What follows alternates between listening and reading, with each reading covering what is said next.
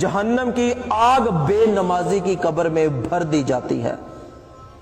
اور حضور صلی اللہ علیہ وآلہ وسلم نے ارشاد فرمایا کہ بے نمازی کی قبر میں اللہ پاک ایک عذاب کا فرشتہ مقرر فرماتا ہے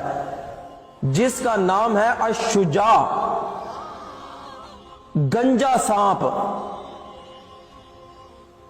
اور وہ آزدہے کی طرح ہوگا۔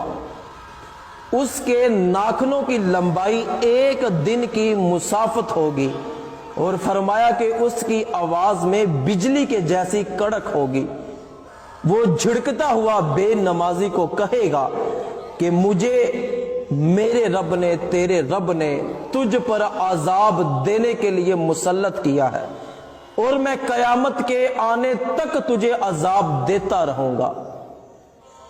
تو فجر کی نماز نہیں پڑھتا تھا، تجھے نیند بڑی پیاری تھی، مجھے حکم ہے کہ میں تجھے فجر سے لے کر ظہر تک مارتا رہوں۔ پھر تو ظہر کی نماز نہیں پڑھتا تھا، تیری کاروبار میں بڑی مصروفیت ہوتی تھی، تجھے دولت کمانے کا بڑا شوق تھا، مجھے حکم ہے کہ میں تجھے ظہر سے لے کر عصر تک مارتا رہوں۔ پھر جب عصر کی نماز کا وقت ہوتا تھا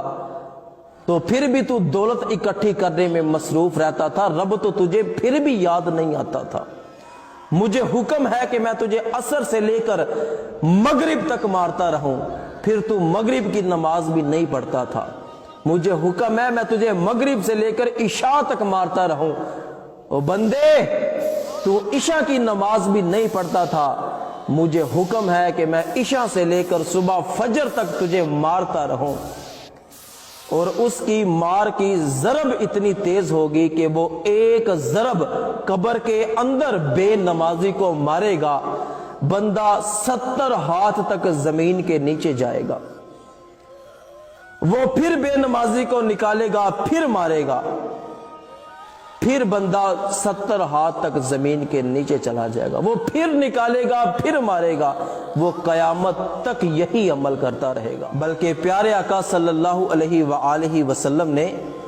ایک صحابی کو نصیحت کرتے ہوئے ارشاد فرمایا وَلَا تَتْرُكَنَّ صَلَاةً مَكْتُوبَةً مُتَعَمِّدًا فَإِنَّ مَنْ تَرَكَ صَلَاةً مَكْتُوبَةً مُتَعَمِّدًا فَقَدْ بَرِئَتْ مِنْهُ ذِمَّةُ اللَّهِ، کہ کبھی بھی جان بوجھ کر فرض نماز نہ چھوڑنا، کیونکہ جو شخص جان بوجھ کر فرض نماز چھوڑتا ہے وہ اللہ پاک کے ذمہ کرم سے بری ہے،